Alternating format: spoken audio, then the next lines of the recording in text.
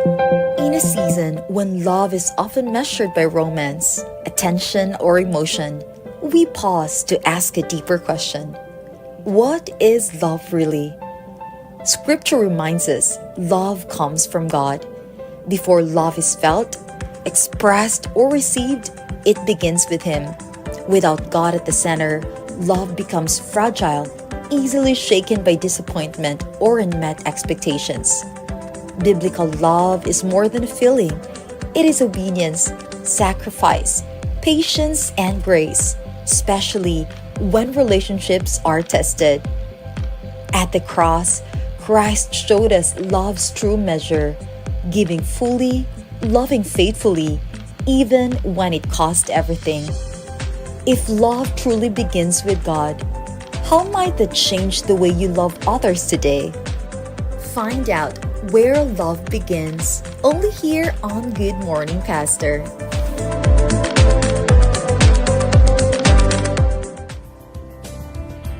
Good morning mga kapaglaom. Ato makauban karon ang church pastor sa Cagayan de Oro City Central Church, Pastor Aguinaldo Gahom III. Good morning, Pastor. Ay, wala pa dahil siya yung mic.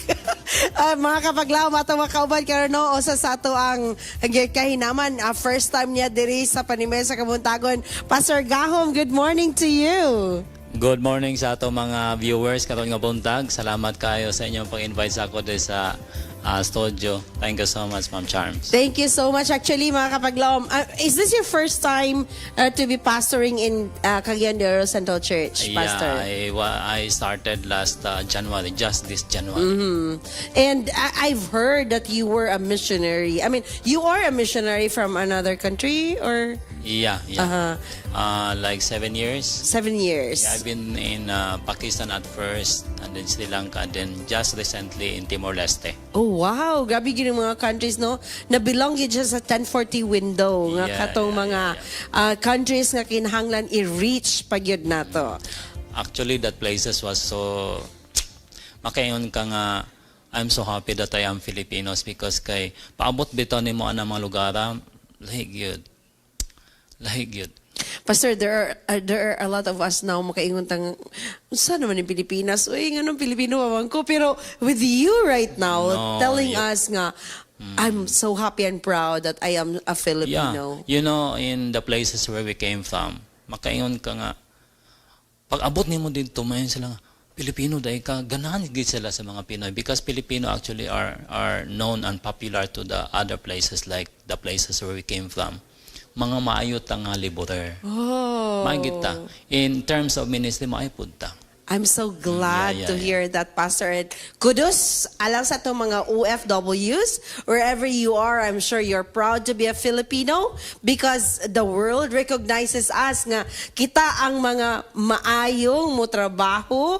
Dili ta nga kanang ginapeke lang nato atong mga performances, pero ato gyud siyang gihatagan sa atong tibuok kasing-kasing, Pastor. Yes, of course. Maugin na kita mga Pinoy. Kita mga Pinoy, mga missionaries na itong mga Pilipino, they are not thinking of the money actually, the salary.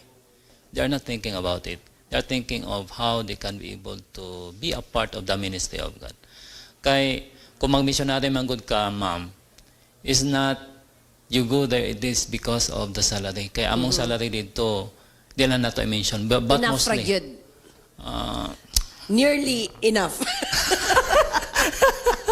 But by God's grace, Amen. Everything can be provided. Okay, kami ni Mrs. Gawang ba nga, paano ta nakasurvive no ngayon ano naman ta?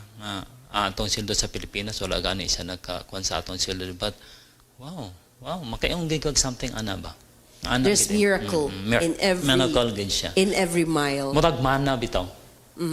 Di ba itong mana nga, dili mangit siya, gamay raman ilang kuan, uban nagkuha sila, daghang gikaayo, kaya nung nasa Pasko na wala na ni pagkapuntagon sa ba. Pero, pag-abot sa katunog Second day, nanapod. Una na po. Third day, nanapod. God's provision is always there. Right, mga kapaglaom na intro pa lang to.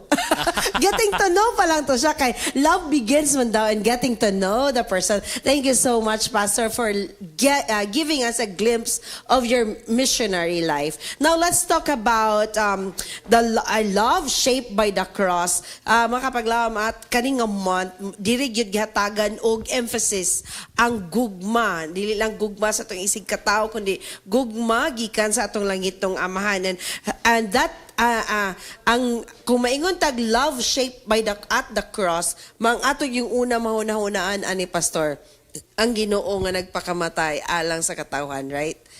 Yeah, correct.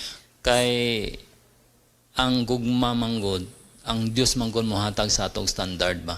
I've been in the academy for quite years. Ang imo manggod nga teaching guides na agi sila mga standard. Pag abot mo ani nga school, mangutanag ka unsa yung standard dinhi. So God give us the standard. That standard is His love. This is the way we love. This is it is rooted on God's dito sa Kalbaryo sa cross, on God's sacrifice sa Kalbaryo sa cross. Nadung nako ang word kay ginang agape. Kanang word ng agape is you cannot explain that by your human terminologies. Wala siya term nga insakto ba sa ato nga term. Kaya kanang word nga agape is more than words nga ma-express nato. Dili nato sa ma-express og unsa gid nang word ni agape.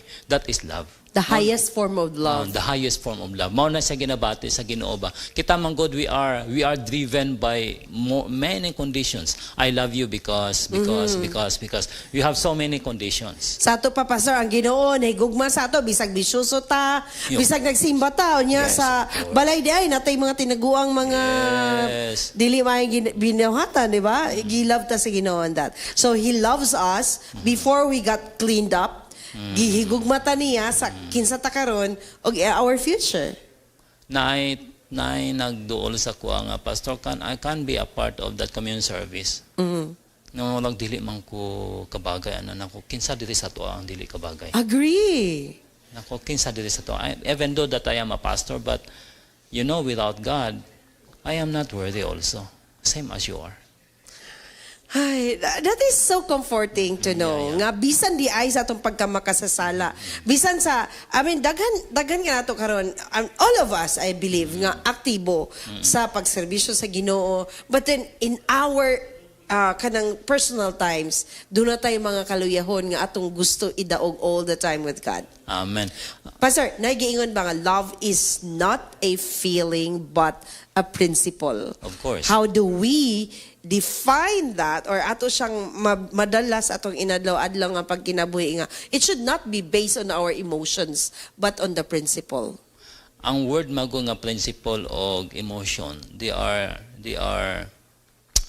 conflicting to each other. Kaya mag-ingon ko nga gugma, ang uban man kung mabatan-on karon na iyon sila nga ako ikaw kun kay nahigugma gid ko sa imo. So uban ginadala nila somewhere else, himuon nila something nga wala pa sila naminyo, mahimo sila to kay gihigugma kayo. But that is not, because the word love is governed with principle. You have to what? You have to wait.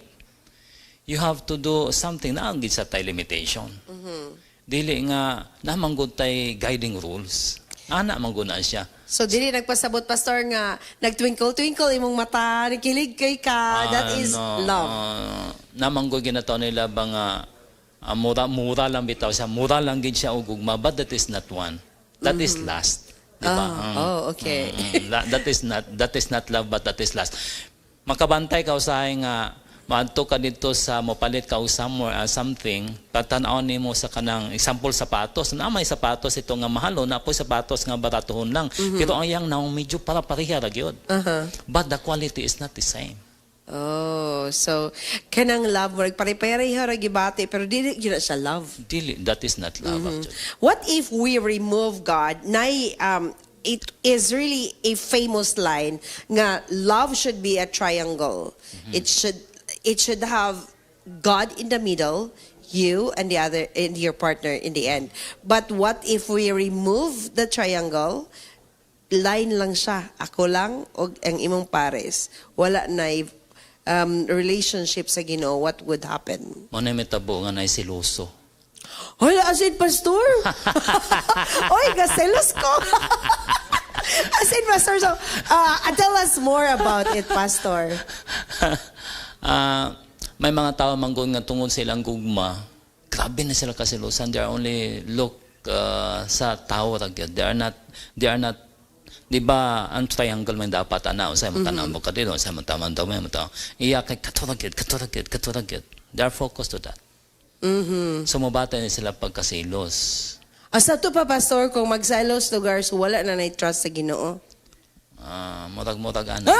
Patay. Okay. Okay, admit na lang tali, no?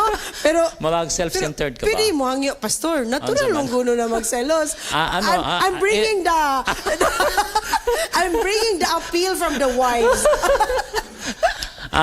Na may other story anang ano man nga magsilos ka. It's not like that. May mga pagbati manggod nga wala day kaning gugma sa ako wala ka gikagasilos. No, that is not. Dili na.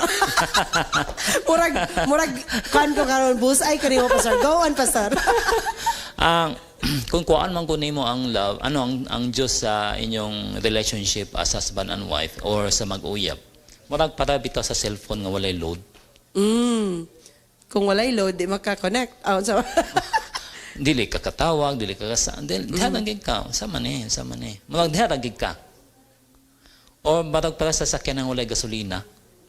Di kadagan. Di ka kadagan. So, but if you want to experience something more in your relationship, ibutang gini mong Ginoo dito. Kaya kung naamang god ang Ginoo dito, there is something ma-enjoy gid ka.